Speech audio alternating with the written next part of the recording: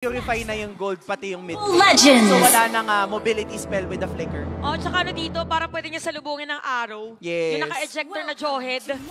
Ay. Viable target ka na Pero nun hindi. kasi mapapahinto ka. Pero tingnan natin kung anong mangyari dito sa ating game.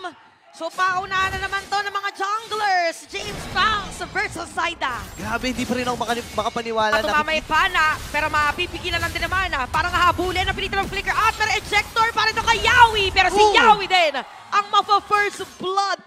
Nakumit din yung Revitalize dun, ha? Si Ang dami- Yawi ay nakatapak ng trap, pero igugo ata ng TNC. Parang aabutin pa rin kasi meron ng vision. Pero mapapanindi si Keke Dot. Ginamit na Electrify yung beats. At sa dinami-dami ng mga players, si Lancy ang makakakuha ng pagong. Parang dediretso yata yung TNC dun sa orange. Grabe, ayaw nila pahingahin. Itong si James Banks! Nakuha din ni Zaida doon. At para itutuloy pa rin ang ating team fight. Nakita natin na ginagamit ng ating Inferno Pursuit. Pero patay pa rin si Der. Grabe, pinapakitaan ng TNC dito. Sobrang agresibong TNC. Yan nakikita natin. Maganda Tamang yung trap. ginaw- Mag-aantay pa siya ng ilang segundo para Ay! lumaban. Grabe nung ginamit niya yung kanyang unstoppable force. There's no stopping talaga. Kaya dumediretso na nga ang TNC. May kita double kill. Napatay na si James Banks. At may kita natin yun. Si Der naman nagsa-zone out. Make another kill para dito sa TNC. Si Der naman laban sa dalawa. Dadating na din si Shizu. At ang TNC ngayon, 6 kills na laban sa AP Bren. Grabe, action. Ailment na kayang idulot sa kanya. Kaya with that badang, nasuntok siya ng nasuntok. Tapos nag-cooldown na yung electrifying beast. Eto na lahat na ng mga skin lang sa ni Yawi, pero may bawi yata sila. Ginamit yung Glorious Pathway, dadating na si Lancy, may mailalatig pa, napakagandang Deadly Glass, at ginamit pa nga yung Fist Break. Flicker out ang dalawang players from AP Bren. Buti na lang Seconds hindi pa tira, lang. pero napipilitan na magsama-sama ang TNC. Dahil nga doon sa mga pick-off na ginagawa ni Yawi ngayon, siya ata ang pagputulong-tulungan dito ng AP Bren. Oo, nagkakaisa na, ginamit na rin Electrify yung Beat, si Kozen, ginamit yung Summon Force doon sa may batang Genji. Pana! Makunat ng mga players at ito nakapatay na si Der.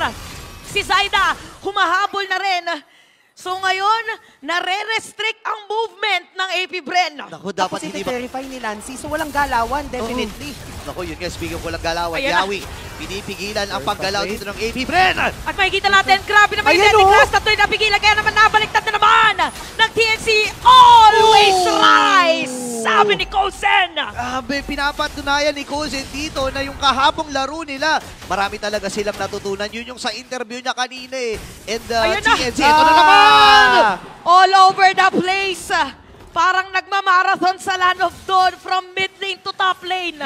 Hindi, nalilito na ang AP Bren. Saan ba tayo tutok? Top lane, mid lane, bottom lane. AP Bren at ng TNC. Kung sila nagamit ng Niyawi, nagamit siya magiging target! Yeah. Eto nga itcha na sinasabi.